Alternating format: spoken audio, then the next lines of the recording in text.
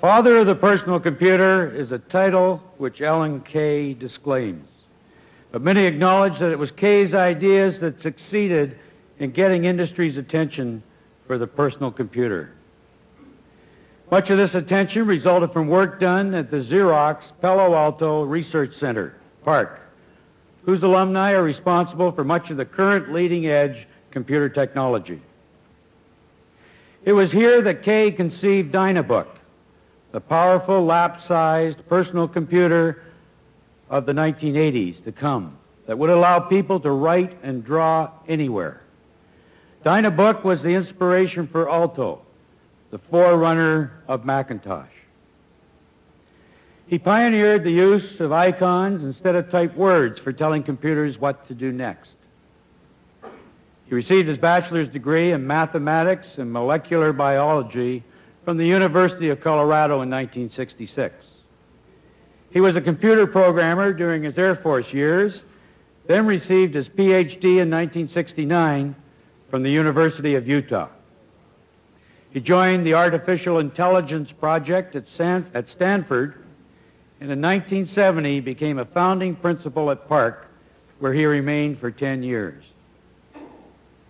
Since Xerox, he has worked for Atari, where he was a chief scientist, and is presently with Apple Computer, where he is an Apple Fellow, one of the few select scientists who have an independent charter to pursue innovative ideas for Apple's future. Beyond computers, music is Kay's special passion. He has been a professional jazz musician, a composer, and has built several musical instruments. Ladies and gentlemen, please join with me in welcoming our special guest speaker, Alan Kay.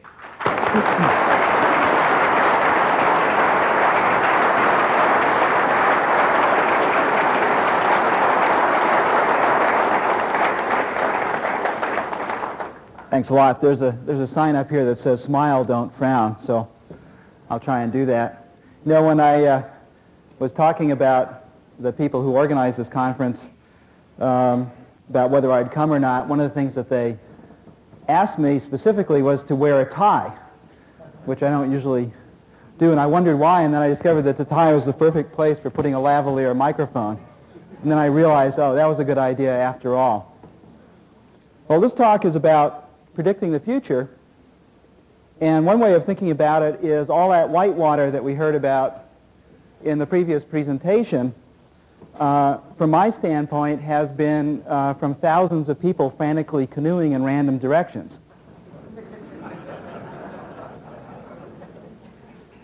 There are actually very few rocks in the stream of time if you can look ahead.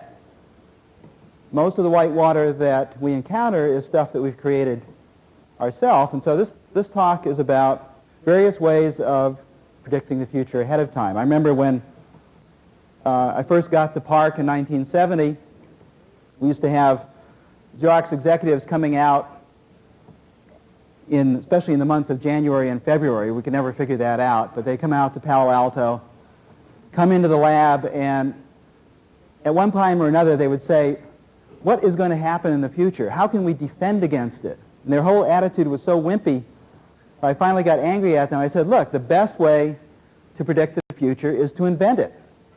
Let's not worry about what all those other people are going to do. This is the century where we have the technology and the knowledge and the capital resources to make almost any future that we can envision. But we don't have to worry about what IBM is going to do. We don't have to worry about what DEC is going to do. We don't have to worry about what anybody's going to do. We can make our own future. Now, of course, this worried them a lot because it sounded like there might be some risk involved, being that proactive. Now, I remember a little bit later in 1971, I'd come up with this idea of the overlapping windows, and we had built a little model of it so we could give demonstrations, and I gave a demo to one of these visiting Xerox executives, and at the end of the demo I wound it up with a flourish, and I said, and what's really great about this stuff is it only has a 20% chance of success. We're taking risks just like you asked us to. And he looked me right square in the eye and he said, boy, that's great, but just make sure it works. So I don't know what it's like in Canada, but in the U.S., American executives want you to be in that 20% 100% of the time. And of course, it doesn't work that way. It's really much more like sports. Best lifetime batting average in baseball was Ty Cobb's. It was .367, which meant that about 2 out of 3 times he went up to the plate, he made out.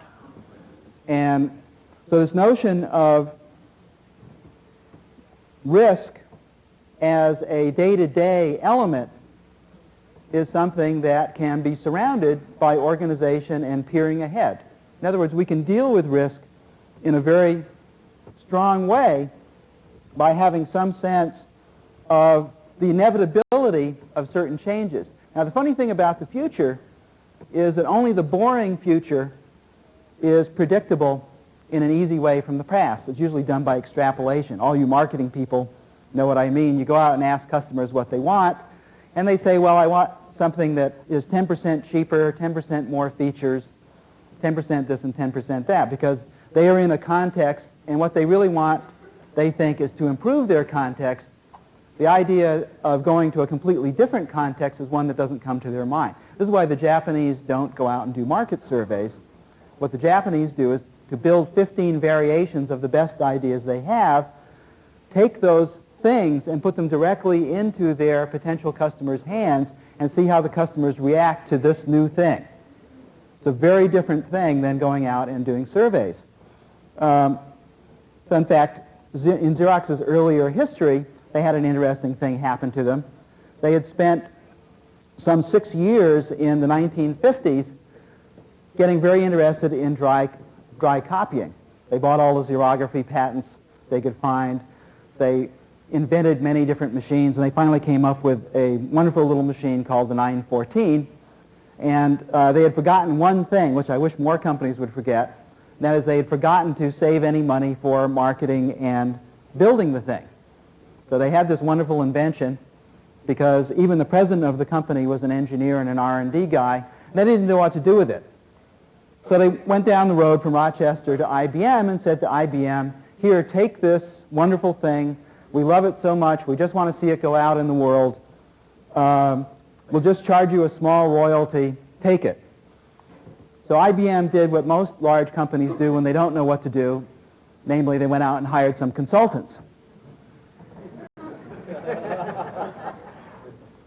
Now, there are two things about consultants. One is a consultant is a person who knows 100 ways to make love but doesn't have a girlfriend.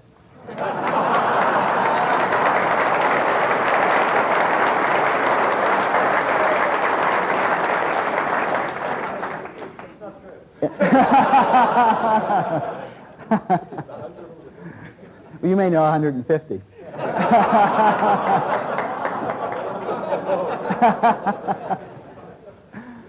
And the other thing about consulting firms is they all have the first name of Arthur, at least in the U.S.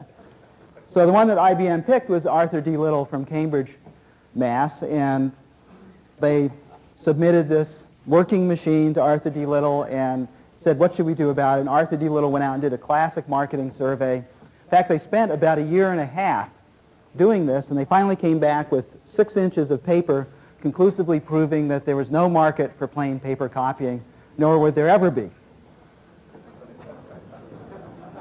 was around 1958. By the way, if you're interested in reading the direct story of this, it's in a book by one of those Xerox executives from the 50s, a guy by the name of John Dessauer, and the book is called My Years with Xerox, the Billions Nobody Wanted.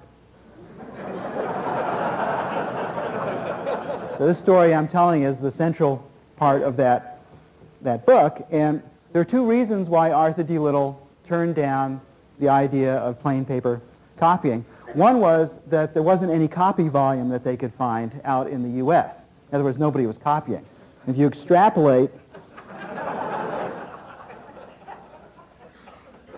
so all of their curvesmanship didn't help them there because they only had rulers. And the other thing was that xerography was about 10 times as expensive as mimeographing. So it cost 0.5 cent to mimeograph a page, and it cost a nickel to print on plain bond paper. And they decided nobody would pay that money This is very similar to what happened to Fred Smith in college when he was thinking about Federal Express. His professor told him nobody would pay $10 to get it there the next day. And so, of course, IBM, on the advice of their consultants, turned this down. Now, how could IBM have done that? Well, part of it is that they thought of themselves as a computer company, not as a communications company. They were mired in their current products. They couldn't see that they were part of a larger thing. This turned down, and the delay so enraged the Xerox people that they went to their board of directors and pleaded with them to let them use their own life insurance as security for money to build the first factory for the 914. And finally the board relented, let them do it. And less than 10 years after that happened, Xerox Corporation was held in restraint of trade by the Federal Trade Commission for being too successful. It was the fastest growing company of the 60s, and they were forced to give up some of their patent positions, even though they had taken every risk. Now, a few years after that, Xerox had all of this money, and they set up a laboratory in Palo Alto, where I joined, was one of the first people to join in 1970. We had some ideas of our own. Like, one of our ideas was maybe we should get rid of paper, because paper is just embalming information, and we actually want to deal with it while it's still alive. We don't want to kill it off like... You ever think about that? When you put interesting things on paper, it's like taking butterflies out of the wild and pinning them down to the paper. And the reason is that the real world is dynamic, and the stuff that we put on paper is static. So we, around 1972, we came up with three things. One of them was this. This is a machine called the Alto. Give you an idea, 1972, this machine had 3 MIPS.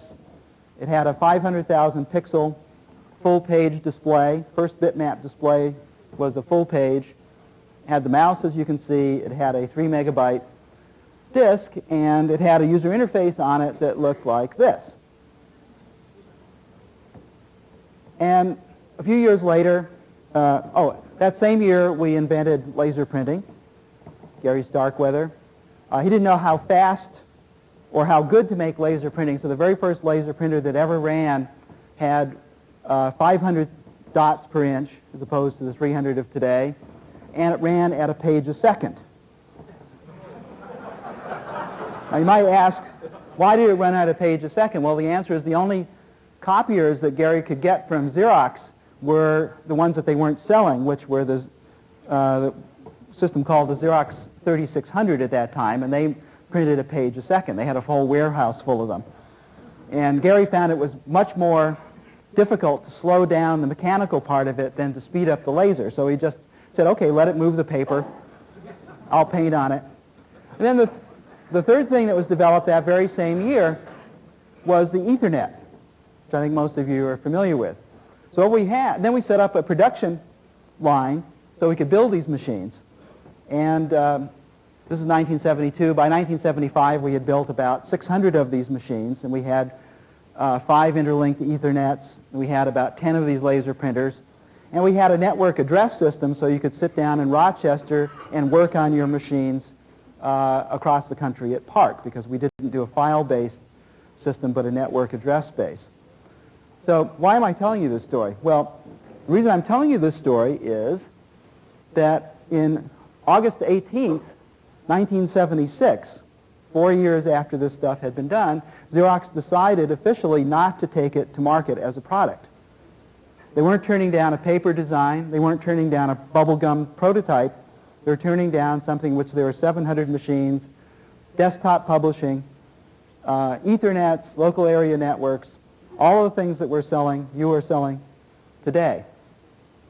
Of course, we were surprised when this happened. Somewhat shocked, but we were scientists, not entrepreneurs. We have many other things we're interested in doing. So we kept on doing it. A couple of years later, I ran into one of these Xerox executives who'd made this fateful decision. I discovered to my great surprise that he was a rather intelligent person, even for a Xerox executive. And that is when I felt really bad, because I realized the problem was not so much ignorance or stupidity. The problem was that it was like at PARC there were a bunch of people who had gotten interested in Copernican astronomy, where the Earth goes around the sun, And Xerox had a view of the universe in which everything went around the Earth. In other words, we had a paradigm problem. We were actually in two different worlds, and no wonder we couldn't communicate at all. That was when I felt really bad, because it meant that sitting down and doing technology, even very innovative technology like this, years ahead of time, is incredibly easy to do. And most of the technology that you're going to be worrying about in the next 10 years was invented many years ago. I'm going to show you some examples of this. And it's not the problem of innovation. The biggest problem about innovation you get every time you rub money and smart people together. There's no way that humans cannot do it. It's kind of an inverse vandalism. Right? We can't help building things. All we need is capital resources and some smart people, and we build something. It may be great, it may be bad, but we're going to do it over and over again. Really hard problem about innovation is, by definition, it doesn't look like that stuff that we had before, and so the tendency is to reject it or to use it to automate old processes rather than taking advantage of it. So let me take you through some ways of thinking about this. And the first way to think about it is that there have been two major ways that we have extended ourselves over the last 300,000 years. One of the ways to think of yourselves is that you're all in the human extension business. Humans are mainly different from animals in the kinds and to the depth of ways we choose to extend ourselves. Of course, tools come to mind right away, but we have other things. We have language, we have mathematics. I think of all of these as extensions of the gesture. So the M word for tools is manipulation.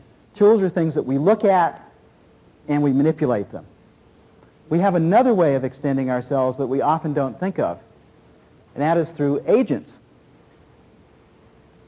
What is an agent? An agent is a person or thing that can take on our goal structure and do things on our behalf while we're doing something else. And of course, they can manipulate tools for us, but what's better is that agents can deal with other agents. So if you have an interesting idea 2,000 years ago, and people get interested and talk to other people, pretty soon you might have half the Earth going along with these ideas, and you're long gone out of the picture. So these ideas, an idea is something that when you give it to somebody else, you still have it. So it's much, much stronger than dealing with physical things. It doesn't cost us anything except the effort of explanation to give an idea to somebody else, and I have it still. So what's the M word for this? Well, it's management. And these are the two ways throughout history that we've extended ourselves, and whenever we think about computers, we should always be thinking about how is this thing as a tool, how is this thing as an agent. Now, of course, when mainframes came along, they were neither tools nor agents, and we have built-in mechanisms in our head for dealing with them as well, which is called religion. Right? Anything that's outside of human scale, we immediately set up a priesthood, and we have rituals and burn incense and so forth. So right away when the mainframe came along in the 50s, people immediately started thinking about how can I make this into something more like a tool, or how can I make it look something more like an agent. So let me give you an example here. You can roll the first video clip, please.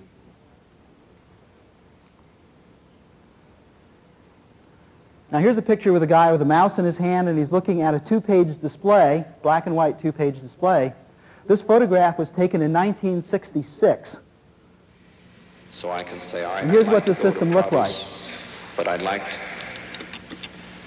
go to produce, they get big. I'd like to say one branch only, and let me look just that low, and I see it. Oh, I can say, I'd like to see one line only. I can see it. But there's another thing I can do. There's a root dice that I have here. So here, I'm afraid I'll need a different picture of the view. So here's what I drew with a picture drawing capability here. It's a slight map if I start from work, and here's the route I seem to have to go to pick up all the materials. And that's my plan for getting home tonight. But if I want to, I can say, the library, what am I supposed to pick up there? I can just point to that, and oh, I see, overdue books and all. Well, there was a statement there with that name on it. go back.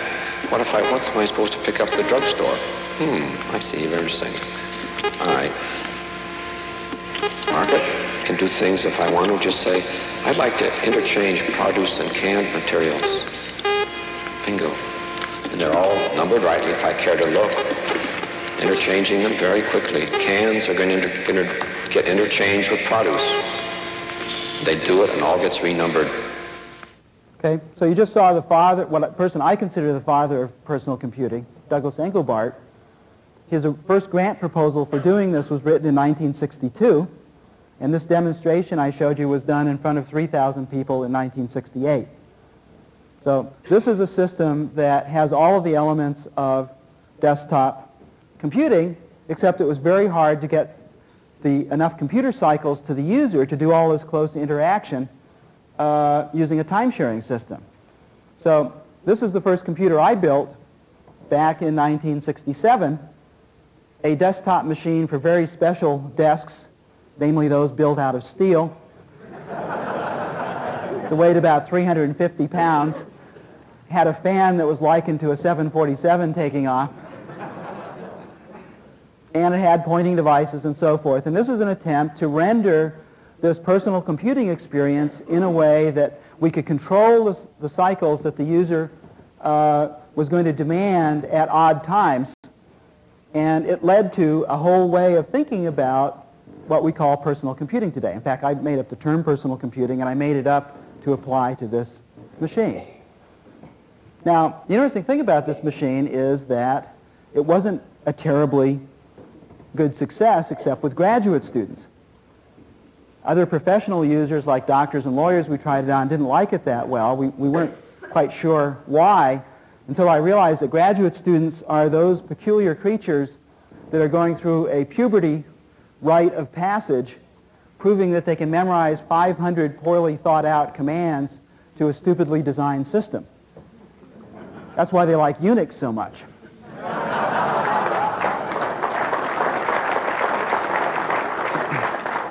So I was one of those.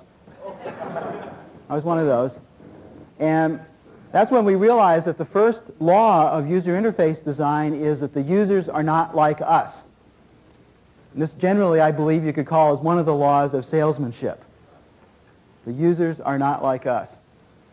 And it doesn't matter who you're designing for, because even if you're designing for computer scientists, they're not like you unless they happen to be people who design for other computer scientists.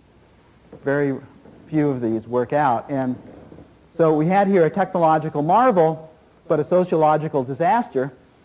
And while I was trying to ponder that, I saw another system in 1968 that struck me in a very different way. Let's run the next video, please. This is done at Rand Corporation, and for people who didn't type.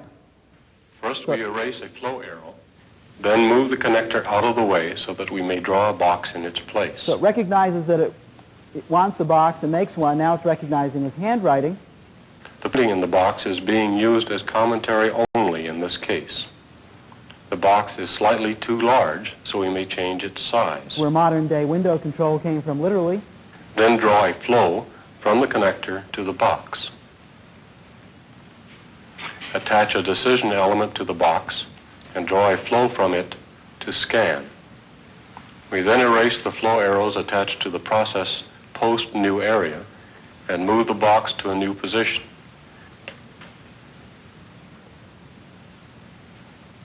This allows us to draw a new box. Okay. Well, that system, I had a chance to use it for about a half an hour in 1968 between crashes. And incidentally, it was implemented on a computer the size of this room with a single user. It's about as powerful as a Mac Classic. That system felt completely different to me. It felt like I was sticking my hands right through the glass of the display and directly touching the structures inside. It felt intimate in a way that Engelbart's system had not felt at all. So I thought, oh, intimate computing. What does that actually mean? And my response to that was to wonder what an intimate computer might look like. And this is a cardboard model I made back in 1968 that said, well, a thing that's on a desk can't be intimate. Intimate is something you do like this to. Portability isn't 0.5 herniations per block. And one of the things we did, we used to put lead pellets in this cardboard model to see how heavy we could make it before people didn't want to carry it around. We discovered that portability means you can carry something else too. So if the only thing you can pick up is your computer, it's too heavy. And started thinking about what this actually meant. Now, one way of thinking about this is just science fiction.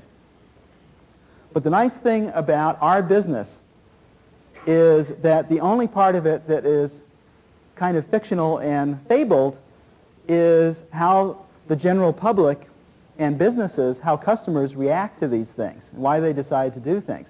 The technical part of this stuff is not science fiction. Gordon Moore, who was just in the process of being one of the founders of Intel, wrote a paper in the late 60s in which he predicted where silicon was going to go through the year 1995.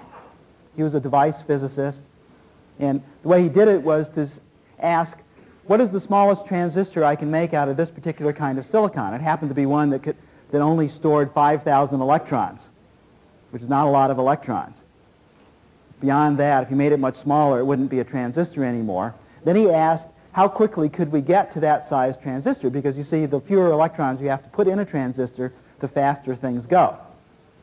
More things you can do on an integrated circuit and so forth. And he did this curve called Moore's Law. It was an exponential curve. Roughly said things are going to get better about a factor of 2 every 2 years for the next 30 years or so. Now, you might be interested in how good was that prediction of Gordon Moore. It's checked every 5 years, and in 1990 he was off by 5%. He was off on the low side, of course, because certain techniques have come up since then that have improved the density of silicon. So reality is a little bit ahead of prediction here, but in fact anybody who had enough physics to read this paper knew what the cost performance of computers were going to be every half decade for the next 30 years. We knew that. And so we knew when this machine could actually be made. Now, what's the problem? Well, the problem is that if you know how silicon is going to behave, you just can't extrapolate how computers are used to more and more users and smaller machines. It doesn't work that way. Because, for instance, some system that you buy for a time-sharing system that only has a few thousand users, you can have a bad user interface because you can train people, you can train those airlines reservations clerks to learn those 500 stupid commands in a poorly designed system. You can't train 2 million people to deal with 500 stupid commands.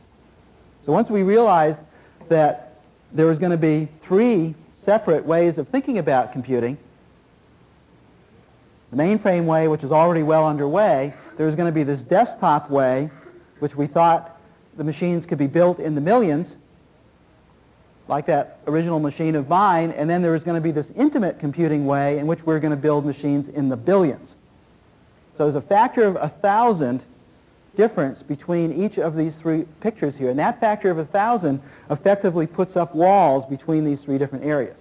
The white water is located between the walls of that diagram.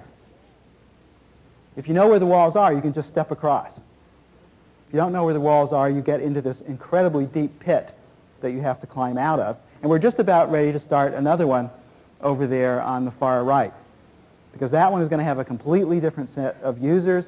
Its forcing function is completely different. The way it's going to be programmed is different. The way it's evaluated by the end user is going to be different. Everything is going to be different, and it's going to be a huge market. So just to give you an example, it was about 2.5 years ago that the personal computer worldwide revenues surpassed all multi-user system worldwide revenues for the first time. Your marketing people probably know that. Passed around $40 billion a year. The interesting thing is the worldwide revenues of personal computers this year are on the order of $80 to $90 billion. So it's already grown by slightly more than a factor of 2. The differential in the next 5 years between personal computers and multi-user computers is going to be some $650 billion worldwide.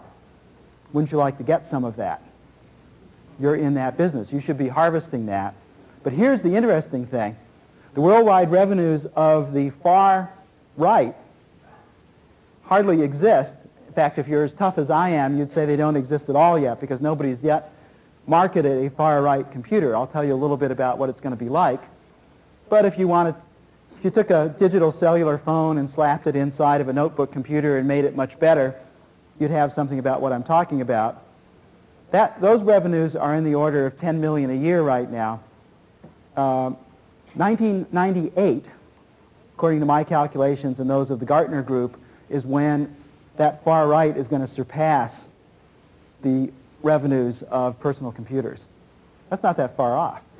7 years, and it's hard to imagine. But just think about what was personal computing like in 1978 compared to 1988 when it passed multi-user. These exponential curves are incredibly difficult to deal with because the front part of them looks smooth and flat and simple. It's like an epidemic, Black Death or AIDS. Nobody does anything when they can because it looks like nothing is happening, because our brains deal in linear progressions, not in exponential ones. So let's take a look quickly at some of the characteristics here. What do people worry about? Well, they worry about response time. There's an expression called path length in the multi-user world. I once asked 4,000 Macintosh developers if they had ever heard the term path length, and none of them had. So this next panel, people worry about MIPS. It's like those great old Dodges in the 1950s, 450 horsepower. You could leave a strip of rubber a block long. Totally irrelevant. Totally. Right? Everybody likes MIPS now. But in fact, the actual issue is going to be that of access. We're going to be pervasively networked. And if you think about the forcing functions between these three areas, the forcing function for the first one was business.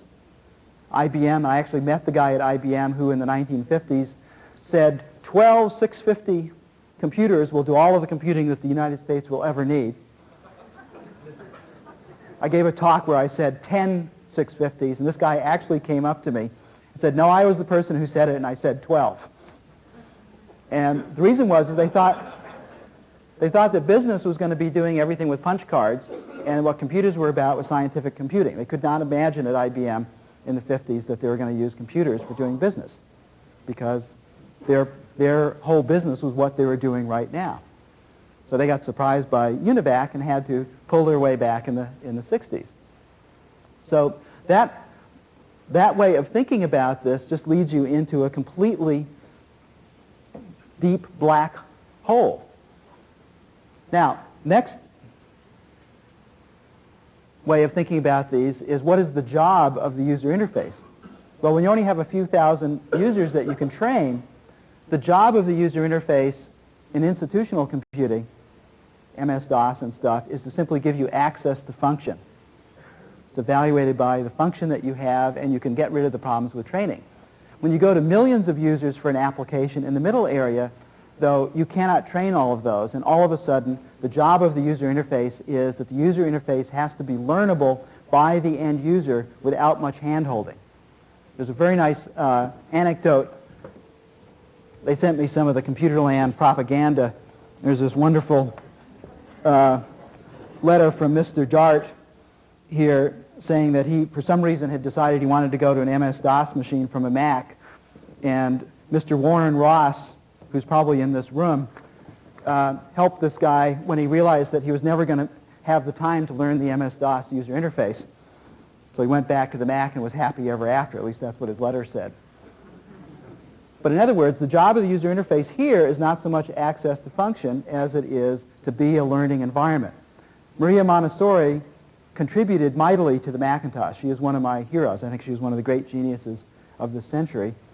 And you may or may not know, but she was the first woman ever to be graduated from the University of Rome with a medical degree. That's how she started off, as a doctor. Then in this far area, we're going to have billions of users, because the penetration here is going to be to the same level of penetration as telephones are today. This device is going to be a communicating device, not just a computing device. And our belief there is that the user interface is going to have to learn from the user. In other words, it's going to have enough intelligence to take on the user's goals. And so what we have here is the job of the user interface: control panel, tool-based environment the user can learn from, and an environment that's agent-based that can learn from the user. These are completely different ways of thinking about it. They have a completely different interaction with the humans who are involved with it. Here's some easy ones. What types of data? I thought the green and white sheets were gone forever, but I discovered my dentist was still using them. Needless to say, I changed dentists. I was wondering what other old techniques he might be using. And of course, the Windows, MS Windows, and Macintosh way of doing things adds on basically fonts and graphics. It's essentially what you might call a printing type experience.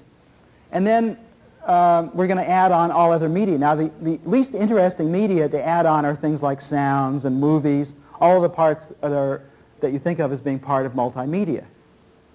Where the multi is important is in multi-dimensional and multi-path. In other words, the two things that are really going to happen to media is that they're going to get into a situation, as Engelbart showed us, so that all interesting things can be at the same place in hyperspace.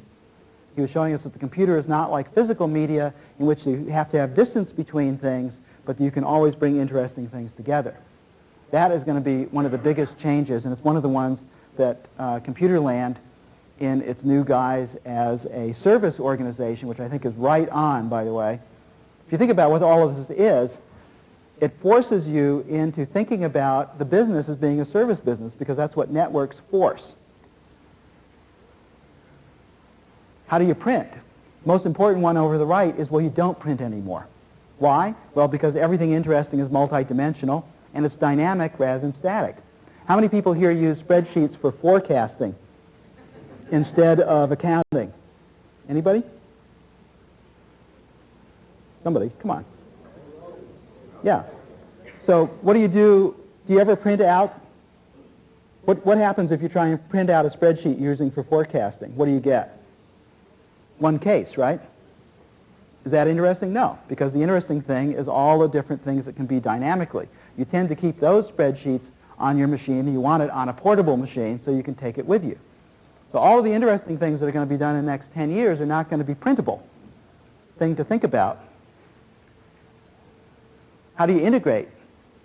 You know, in the United States, less than half of all of the database in the Fortune 1000 companies in the United States are even relational databases. This is hard to believe. After 20 years, more than half of our databases in the U.S. are still flat file databases. Almost impossible to integrate. That's why companies like Arthur Andersen and presumably Systems House are making millions of dollars, because the integration is so hard. Should be trivial. Should be able to just pick up something from here and put it down over here. And the progression here is to the Mac and Microsoft Windows way of moving what are essentially images from one place to another in a way that doesn't break, to something that deals with moving things that are dynamic. The idea of being able to use an active application that may be physically distant from you on a network inside of another application that you're using is just starting to happen. MS Windows, OS/2, and the Macintosh all have ways of doing this. What kind of software? The Arthur type software in the institutional. And when you have millions of users, you cannot do custom applications for them. What you have to do are things that are tools that the user can fill in. So you build things like spreadsheets, you build things like desktop publishing. And we believe that one of the biggest changes that's going to happen in the next 5 to 7 years is that more than 80% of the applications, we believe by the year 1997, in business in this country are going to be done by the end user, not by the IS department. What is the IS department going to do?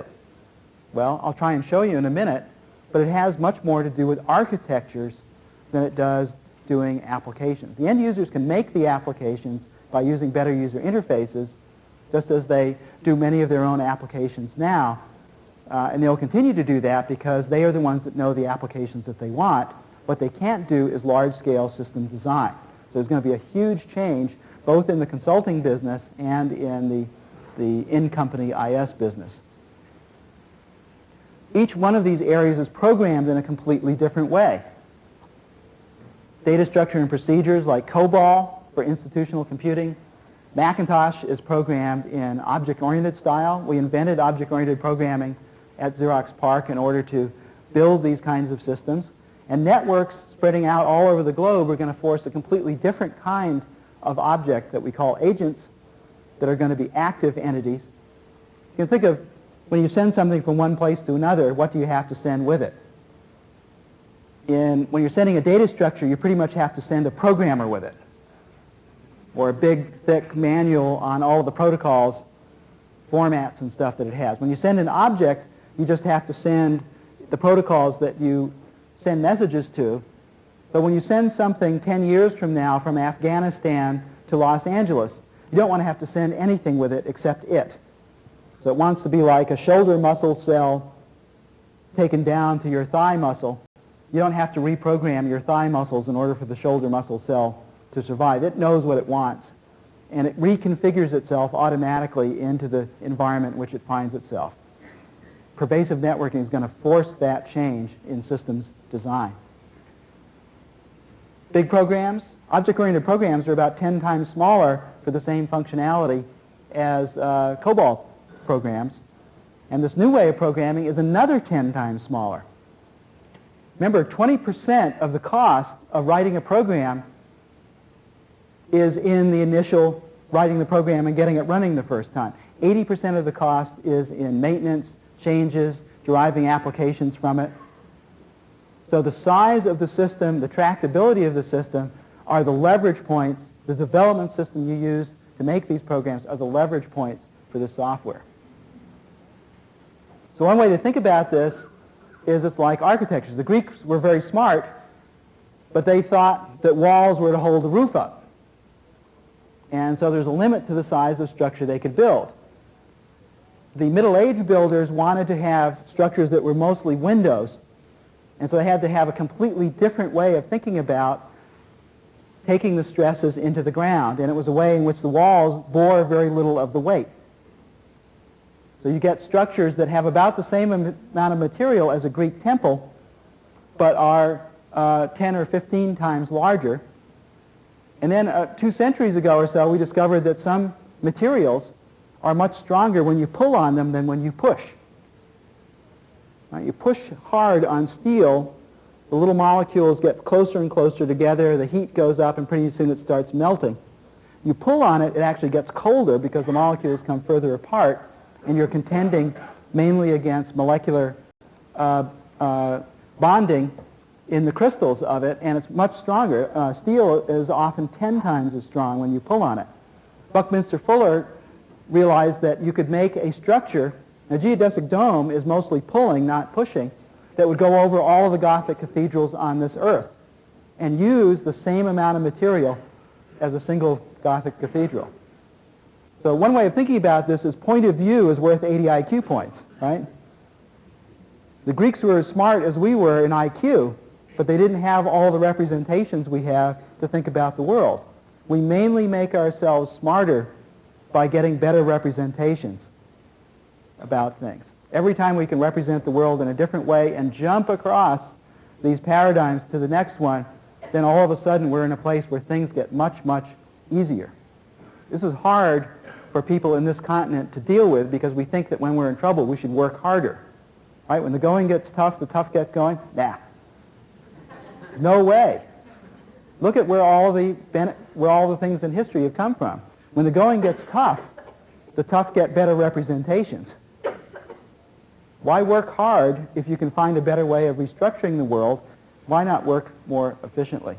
So one way to think about this stuff is that our main concerns for many years in computing have been to do with about function, building function, giving function to users, getting users to deal with functions. But if you asked somebody for a screwdriver and they gave you this, you'd be really upset. Because you'd say, oh, wait a minute, I need a user interface. Because it's the function plus the user interface that makes the tool.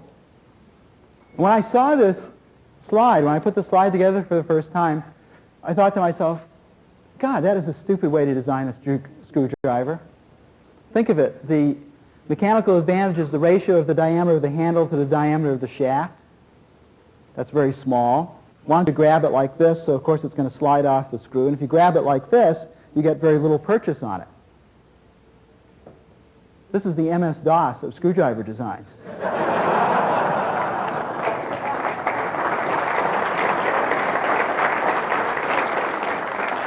Now, as I mentioned in my introduction, one of my hobbies is building musical instruments, and I have a book published before the French Revolution on how the French built organs. And in that book is a picture of a screwdriver that looks exactly like that. So this bad idea is more than 2 centuries old. And what should a screwdriver look like? Well, down pressure. We want it to be as big as possible so we can get as much purchase on it, and we want to get as much friction on it. So what should the handle look like? Right. Should look like a ball. Has anybody seen a screwdriver with a ball on the handle? Yeah. Somebody obviously went through the same process and looked at this thing finally and said, oh, wait a minute, this is stupid. Just because it's been around since I was born doesn't mean it's a good idea, because humans accept things in their environment as though they're placed there by God. So maybe COBOL is a better metaphor. Speaking of predictions in the future, one of the predictions we can make for sure is that by the year 2000, there will still be millions of COBOL programmers in the world. But what a shame. So here's an idea about the future. The future doesn't flow out of the past the way we'd like it to. So we can't predict the future by looking at the past. But here's the interesting thing, is that the future surprises look like past surprises. So by understanding the surprises of the past, we can make an enormous change in the way we think about things. The key to the future is going to be the user interface, not in the technology, not in the functions, not in any of those things. The user interface is going to change as we move from one technology to the other. And the interface that you guys need to think about is, how can I get into the service business through the networking that is going to be the main conduit for all of the services that we do. Most of your interactions with clients, as they get established, are not going to be through face-to-face consultation. Many of the interactions that clients will have will actually be through AI systems that can deal with, for instance, we're experimenting with one at Apple right now that can deal with about 85% of the typical questions that people have about Macintoshes. And most people in the experiments don't even realize that they're not dealing with a human being. Why? Because we implemented it using our electronic mail system. So in electronic mail, you sit down and send off a query, goes somewhere, and then a little while later you get a reply back. And in this experimental system, your query gets looked at by an AI system that tries to see if it can understand it. If it can understand it, it will generate the query back, send it back to you. It has all day to figure it out because of the detachment of the electronic mail. Anything it can't figure out, it sends to a human who does the same transaction on this more sophisticated question. And the kind of consultation that's going to be done in the next few years is going to be very much of that nature. Users are going to be trying to construct things for themselves. The constructions are going to be at the level of systems understanding that they have. They'll always want to do more. They'll always need to know more. Some of that knowledge is going to be supplied by automatic mechanisms on the network, and some of it is going to be supplied by people who are consulting through them. Now, how do you get these changes to happen? Well, one of the ways of doing it is a Winston Churchill joke that I heard many years ago. Winston Churchill was at a party and puffing away in a cigar, and the hostess came over to him and said, "Mr. Churchill, I'm really upset. I just saw a famous duke over there steal one of my silver salt shakers. What am I to do?" Churchill thought for a minute. went over to the Duke, picked up a silver salt shaker from the table, put it in his pocket. And when he got over to the Duke, he took it out and said, "I think we've been noticed. Perhaps we should put these back." So the moral is, if you want people to change, you have to involve them in the same conspiracy. We're all conspirators in building the future. Let's build it together. Thanks a lot.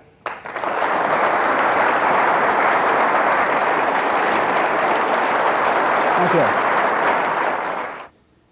You know, when you go about the task of selecting a guest speaker, it's always a difficult one on who you settle. About 2 weeks ago, I was having a telephone chat with Ellen late one evening, and he started to talk about the paradigm shift. And for those of you who don't know, that's something that our new chairman has talked about quite frequently, is happening with our industry and how we're trying to position ourselves to fit into that paradigm shift. So I said to John, gee, that's funny you talk about paradigm shift from glass house to client server. It sounds an awfully lot like our chairman, John Altman. Whereupon Ellen said, oh, I know John Altman. I worked with him for the past 5 years. So I know I couldn't go wrong in selecting Ellen to join us today. Ellen, I want to thank you for sharing your past and some excellent visions of the future. It's encouraging to know that there's markets and products and futures for us that we haven't even thought of today. So I want to thank you for adding to the quality of our conference and for being with us today. Please join me. Another round of applause for Ellen Kay.